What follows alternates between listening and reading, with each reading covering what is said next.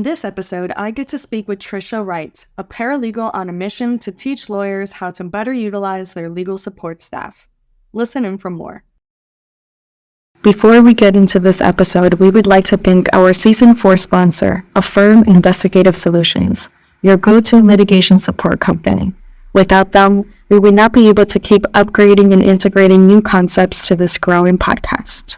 If you would like to take your support further, feel free to hit the support button on our Let's Talk Paralegal website so we can continue providing quality and empowering content for you and all our listeners. Hello, this is Trisha Wright.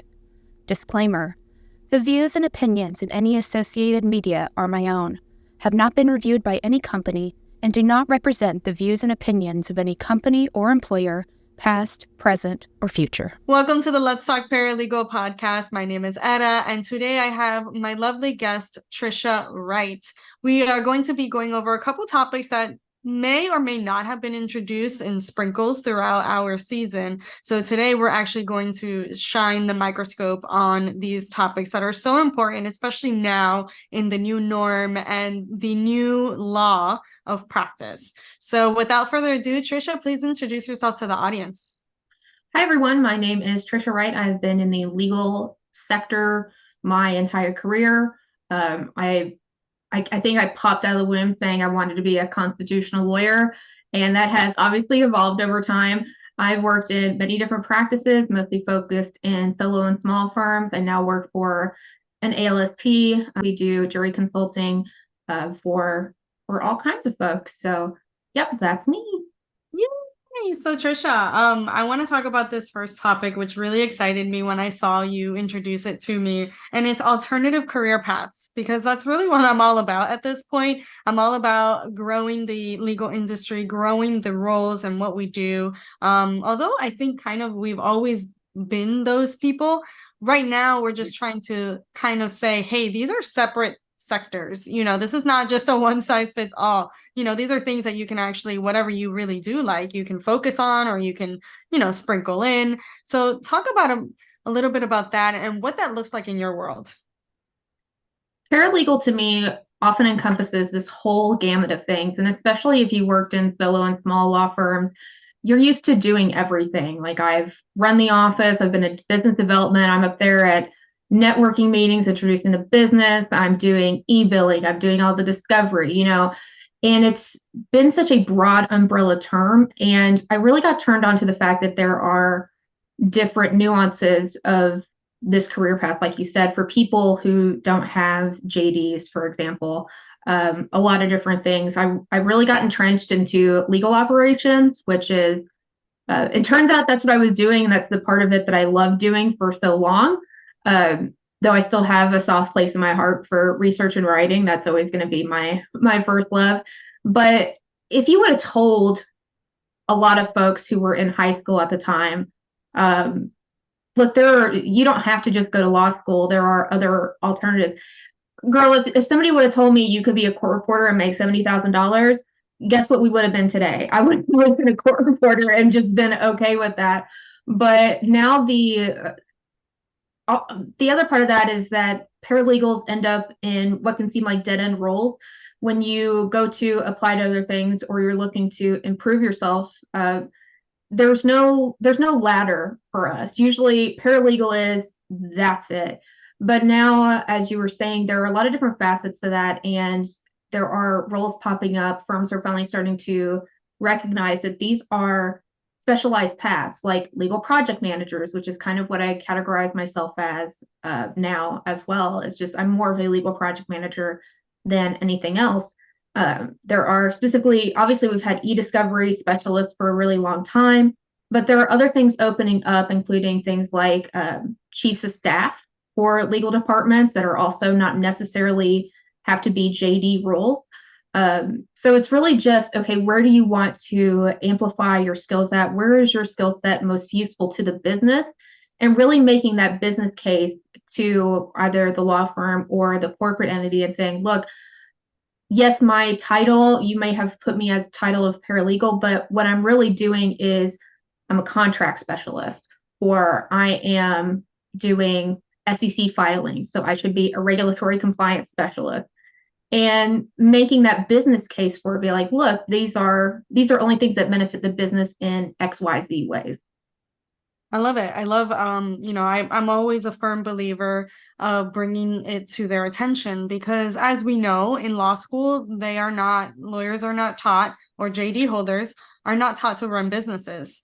So most of the lawyers that do run law firms, also known as businesses, I have a whole podcast on that one, a whole episode on that, don't realize what their needs are, how to fulfill them, right? Which is the gaps that now paralegals are doing as paralegal consultants or coaching and training. And now I'm seeing them everywhere. When I first started this 7 years ago, it was just three of us. And now it's like, well, I'm off on my own and now I'm doing consulting. And I'm like, oh, okay, that's great. So, it's nice to see that this sector is growing and that there's a lot of interest and a lot of opportunity for these paralegals and that they're actually realizing it, right? Because sometimes the only people that kind of push us back is us, right? We're the ones that are holding ourselves. And Really. we're the ones by not realizing, hey, this is something that, we can entertain. I'm doing much more than just paralegal work, which is amazing. I was a paralegal for straight paralegal for like 15 years and I loved it. I thoroughly enjoyed it. The skills that I acquired are now being transferred to running my own business, organization, time management, caseload management, project management, like you were saying, process development, intake, customer service. Of course, we are the customer service of the law firm. So all these skills are transferable and we can evolve them, right? In other ways, which is what I think, sometimes everybody's like, oh my goodness, my paralegal career was such a waste. I'm like, don't ever say that. There was so much goodies, right? Like there are so many Yeah. goodies out there. Like don't ever say that it was a waste. I feel like maybe even though we're considered legal support staff, the word support really hinders the mindset, right? Because they're like, oh, we're just here to support them. Well, no, it's more of a partnership. You are partnering up with the law firm, administration, and lawyers alike, and you are creating a dynamic, efficient, and effective process and team. That's what you do, and that's what all paralegals do. So tell us a little bit about, because this kind of led us to the second, I guess, topic of the day is neurodivergence in legal, and I love it. So Yeah. I'm gonna let you talk on it first, and then I'll put my input on it. But I'm really interested in what you have to say about that. Yeah, so just to tie up our previous point real quick, this is not my term. I am stealing it. I was allowed to steal it. It's called allied legal professional. That's what I like to say now instead of litigation support staff. It's like, no, I'm an allied legal professional and you need to treat me with the same respect. Because often paralegals and support staff can be kind of second-class citizens in the firm. And the other part of the business case of really making these roles diversified and giving new titles, how often, and we're seeing it a lot right now, is turnover really impacting your firm or your business?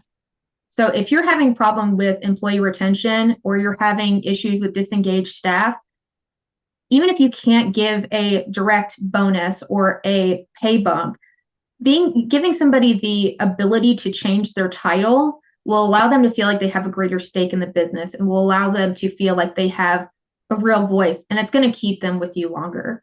I love But it. but pivoting to neurodivergence, I am an official ADHD card holder. We have a club. None of us can ever make it to the meetings because we never remember when they are. But we do have a club, and so my favorite thing is that ADHD has been both.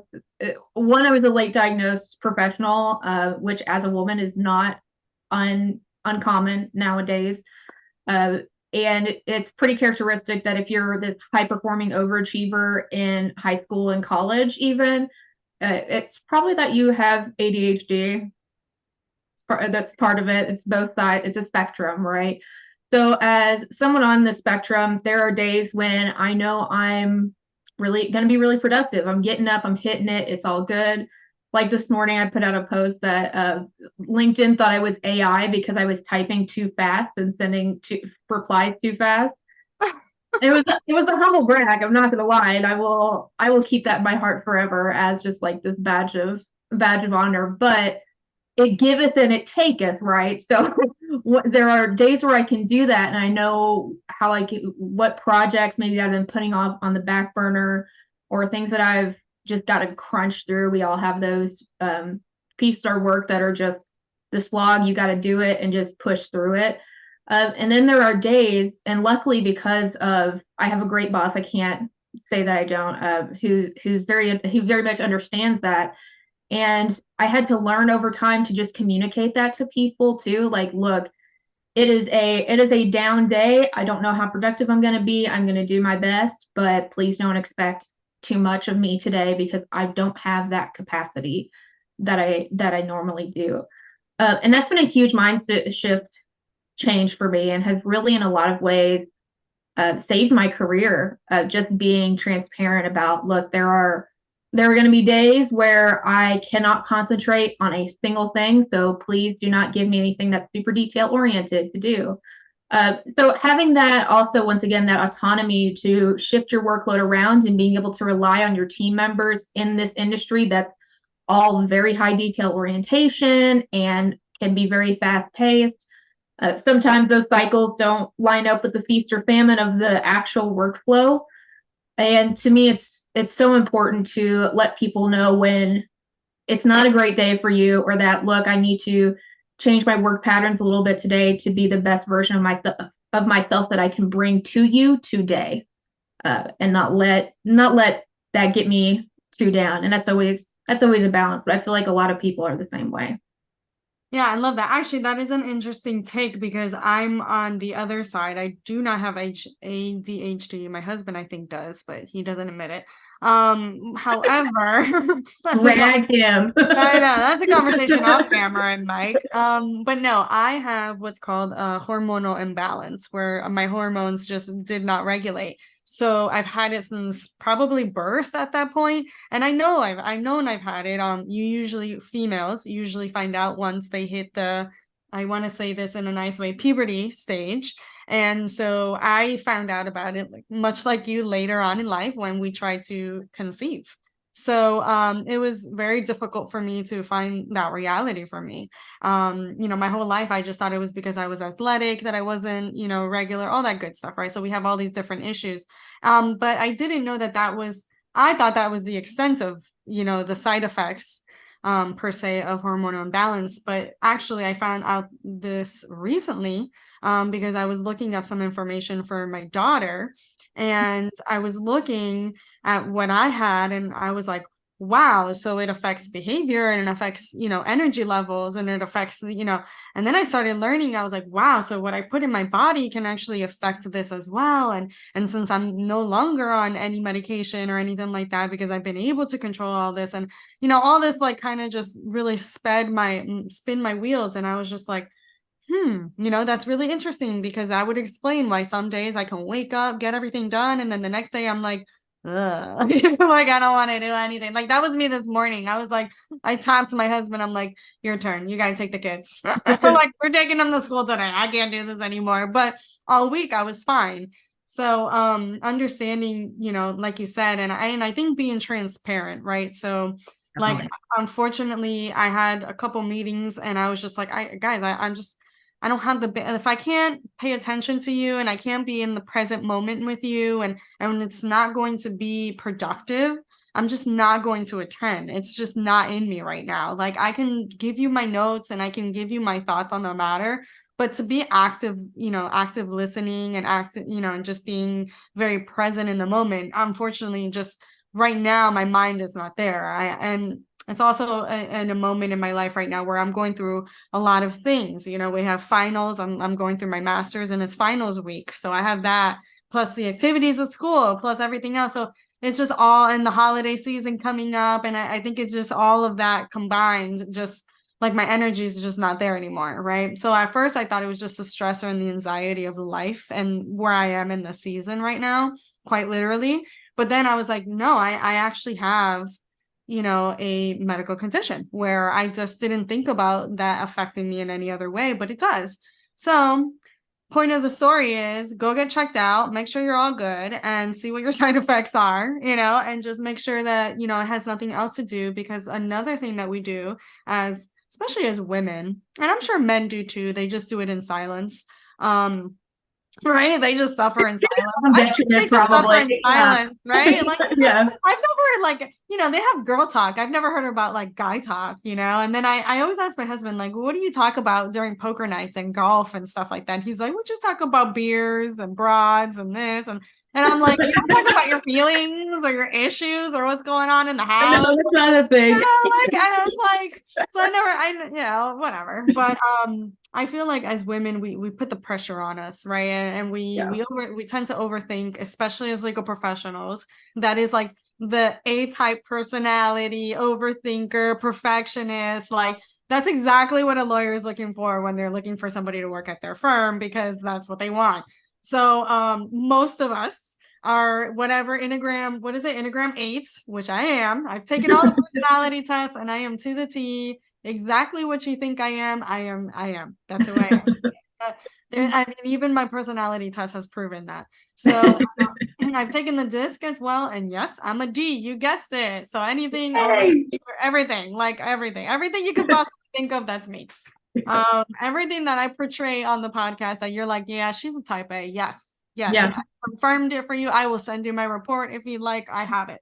It's a fit. You're part of the club and you guys actually remember when to show up to it. Yeah. Exactly. I always call myself the recovering perfectionist because I'll never forget this. My business consultant, I went to a retreat a couple years ago. This is when I first opened my business and I was going through what every person does when they're opening their business. Am I good enough? Am I going to be able to pull this off? Am I going to be able to provide and all this stuff, right? And I was like, you know what? Let me just go to a retreat, a business retreat. And boy, was I in for a surprise because it wasn't just about business and it wasn't just about creating a business plan and everything else. They really hit home on the mindset, of it all. And the first day and a half or 2 days of the retreat, because it was at this beautiful hotel here in Palm Beach, county in Florida. And the first, I want to say like 2 days, it was all about mindset and about changing your mindset and about looking at your situation a lot differently than you're looking at it now, looking at yourself differently, not being so hard on yourself and everything. So they really worked on the mindset first. And then like the last day is when they're like, okay, now we're going to get to the nitty gritty. Now we're going to get to what you really came for. Yeah, now write your business plan and let's talk about SBA loans at Yeah, the end, exactly. right? Right. And so at that point, I'm like, I don't care about the plan. I don't care about anything. That's amazing. My life has completely changed. And it's true, once you're aware of the current situation, once you're aware of what's going on really with you, right? Because I always call this the 1 minute effect. You could be driving and something could just trigger something. Somebody cuts you off, you're late, just this one little minor millisecond thing can ruin your entire mood, right? You could be jamming in your car, whatever jam it is, and all of a sudden somebody cuts you off and just like, right? And you just go crazy after you were just jamming to your, songs. So don't let that affect you, right? It's a millisecond. It's something that happened literally in minutes. Thankfully, you're okay. There was no accident. There was no, like we don't think about all the positive things in that moment. We just think about this idiot that just cut us off and now just thinks that he's okay or they're okay and da-da-da. So I get it. I understand. We've all been there. Trust me. I'm a mom of 2 toddlers. I try to hold on to my sanity day in and day out.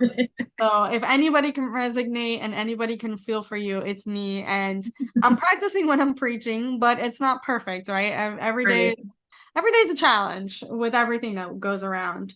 But talking about, I guess, dynamic, because I talked a little bit about Florida. You're in Ohio. Well, I guess Ohio River. I'm in Kentucky. Oh, Kentucky. Okay. Because you said Ohio River Valley, so then you confused me. So you're in Kentucky. Yeah, sorry, that's my bad.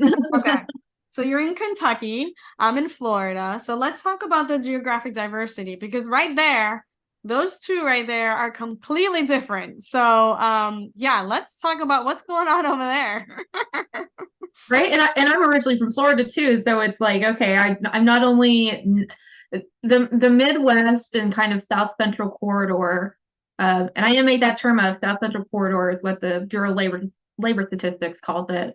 It's a rather underdeveloped sector of, at least in the legal industry, having the same dynamics as larger metropolitan areas. So when we think of where legal is really taking charge or has, these crazy competitive high rates that you see for associates making like $250,000 coming out of law school, that is not what it's like here. You might get that in Chicago. You may get to sniffing in that area code around the Louisville or Lexington area. I'm in the western part of Kentucky.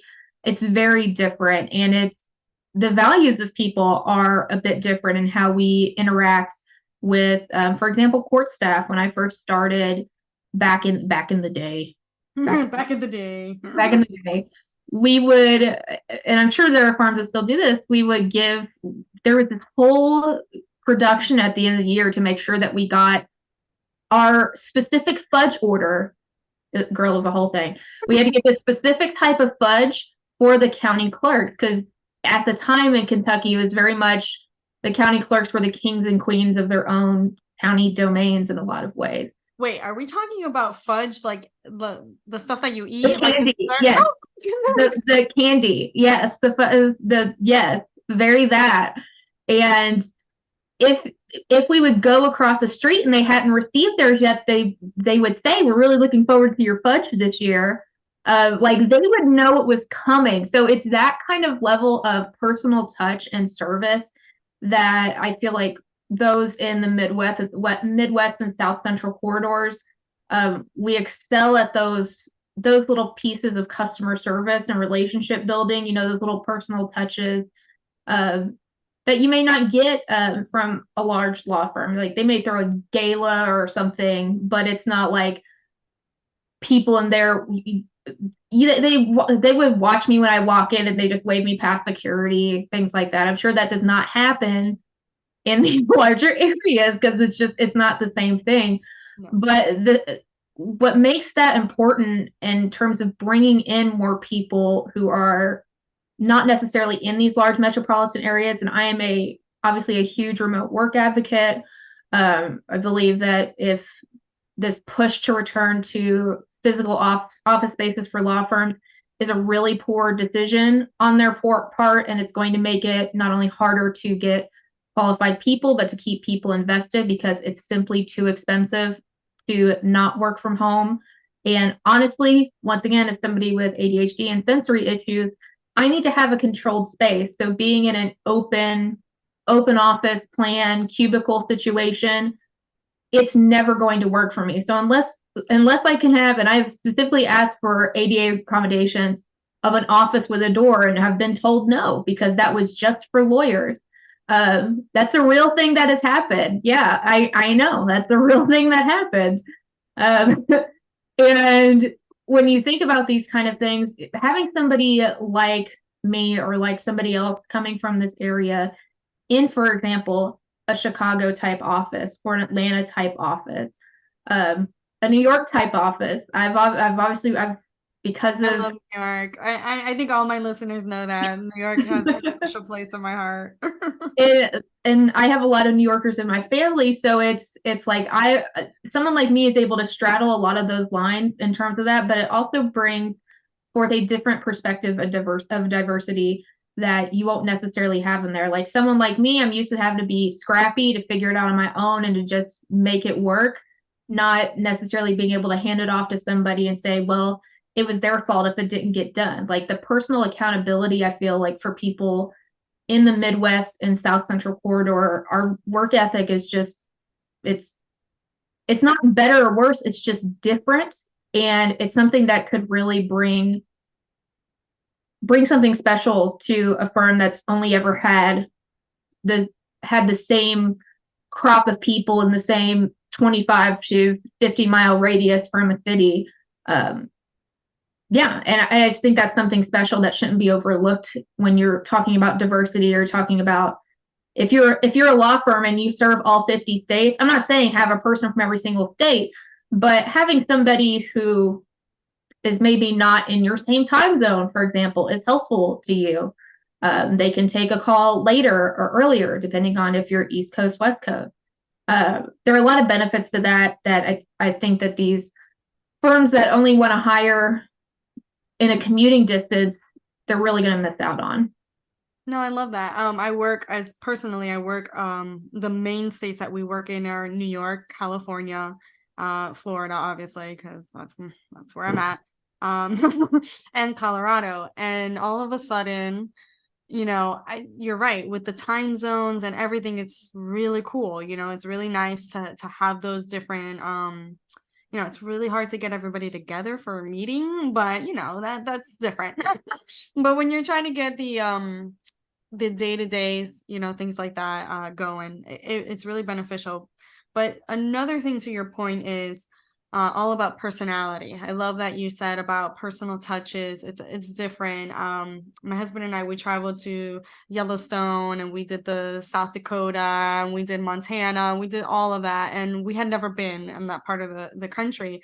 And it was just him and I. We left the kids at home, and we completely, yeah, no, they were not coming. You didn't want him to get eaten by a bear or something? No, it's fine. Especially my son, he's too curious. He would just probably just not like even pay attention to us. That no, honey, that's a bison. It's not. This is not a zoo. You can't go pet it. So, anyways, we went and we thoroughly enjoyed it. But one thing that we realized was the people there are so humble. They don't, they're not flashy. They may have nicer cars or whatever it is, but they're just very humble. It doesn't matter if it's the owner of the restaurant that we were eating in or the owner of the shop down the street. Like everybody was just together, supporting each other. It was very community oriented. Everybody supported everybody. In fact, in one of the little cities, Butte, Montana, well, it's not little, but Butte, Yeah, it's Montana. not little anymore. Yeah, it's not little anymore. But one of the cities in which was Butte, they were already restoring it, because they went through a really bad season, especially when all of the stuff happens.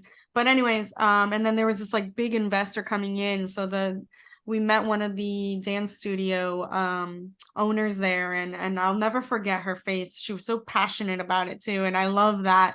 And she was like, yeah, this big investor's coming in and buying all our stuff, and she was just not having it, right? Because the thing was, it wasn't that he was buying it to help and and give back to the community. He was buying it like investors do, right? To flip it and resell it for double, triple of what it's worth, and all that good stuff. So but yeah, she's like, no, we're all getting together and we're all gonna do this, and I'm like, we don't have that. In big cities, we just let big companies come in and do what they want because they're gonna pay us anyway, and we're gonna get money somehow, like whatever the case may be. But in small towns, this is their livelihood. Every single store, we did not go to one store that was not locally owned. And I was just like, that's amazing. Like everybody there is a business owner. So when I hear politicians or when I hear I don't watch the news, but when I hear these speeches and things like that, and they say that this country was built on small businesses, I'm like, that's literally true. Like this company is built on small businesses, and we are not investing enough in these mom and pop shops. And so and I think that's kind of the most similar opinion that I can have to what you have, because I'm in Florida, where, this is all city. My family's from New York, literally New York, New York, New York, the Big Apple. My cousins live in Manhattan and live the Hilton life is what I call it. And so like I'm a big city girl always. I was born and bred in Miami, and then we moved to Fort Lauderdale, which is a little smaller, but still. Yeah, Um, it's the same. and so I didn't experience that. I didn't learn so much about our country's history until I went to the Midwest, until I went there. And I was just like, wow, our country has although it's wonderful that we have, all this diversity happening, and it gives us an opportunity, especially as business owners, like you were saying about the diversity. We get a little bit of everything and we can just sprinkle it and make our own magic. And I think that's beautiful. But I think you're right. I completely agree with you. I think that was just a long story of saying that I agree with you. And I believe that it is something that's often overlooked. And I've never met a mean person. It's like the Canadians of America. Because even when they're mean and they're not mean, right? They're like, oh, God bless your heart. Oh, you sweetheart. Even though they're trying to I do say bless your heart on a daily basis. That is 100% true. But no, people can, I mean, it and it, and what you're talking about, bringing it back to law firms, is that a lot of people, even in big law, what are the things that they do? They end up peeling off and starting their own boutique firm. Yeah. And then it's like, okay, I need to know how to communicate with people of all walks of life, because right now my customer base is anybody who's going to walk through that door. Yeah. So what would you prefer to have? Would you prefer to just have somebody who's only done corporate securities filings their whole career and that's all they've done? Or would you rather have someone like all the paralegals I know and myself, where whatever walks in the door, you have to figure out how to serve? That's how I learned about adverse possession cases and eminent domain and bankruptcy and family law. Any when you're from a when you're a smaller firm, and before you really develop a niche in an area, you're taking in all kinds of stuff, random estate cases, like quit claim deeds out the wazoo, anything that's needed. Do you want somebody who's agile enough to be able to redesign and reconnect their thinking? Or do you only want this one hyper specialization of person? That's why I always have called myself a generalist. I I've never seen myself as a specialist, and really wouldn't want to. I love to be able to have my fingers in all these different pots, and I think that's what you get when you look at solo and small firms, and when you start getting away a little bit from focusing on these large metropolitan areas. Yeah, and for business too, as a business owner, I always look at that too. I always, when I'm contracting contractors, are they local? Are they their own, business, or are they, part of this huge agency? For our event that we did in this October, everything was locally owned. From the catering to the swag bags, I try to really support this, because I know how hard it is, as freelancers and contractors and business owners and small to mid law firms. I get it, I think probably I get it more than the average paralegal that, has been 9 to 5 their whole life. So understanding that and having that type of knowledge as well, you can offer something different to the table. Um, yeah. Thanks, Trisha. I appreciate it. Oh my God, so much insight here. I had literally have a page of notes from our conversation. So I have no idea what the intro and outro is going to look like. But thank you so much for being on the Let's Talk Paralegal podcast. I appreciate your time because I know it's valuable. And until justice is served, everybody, bye.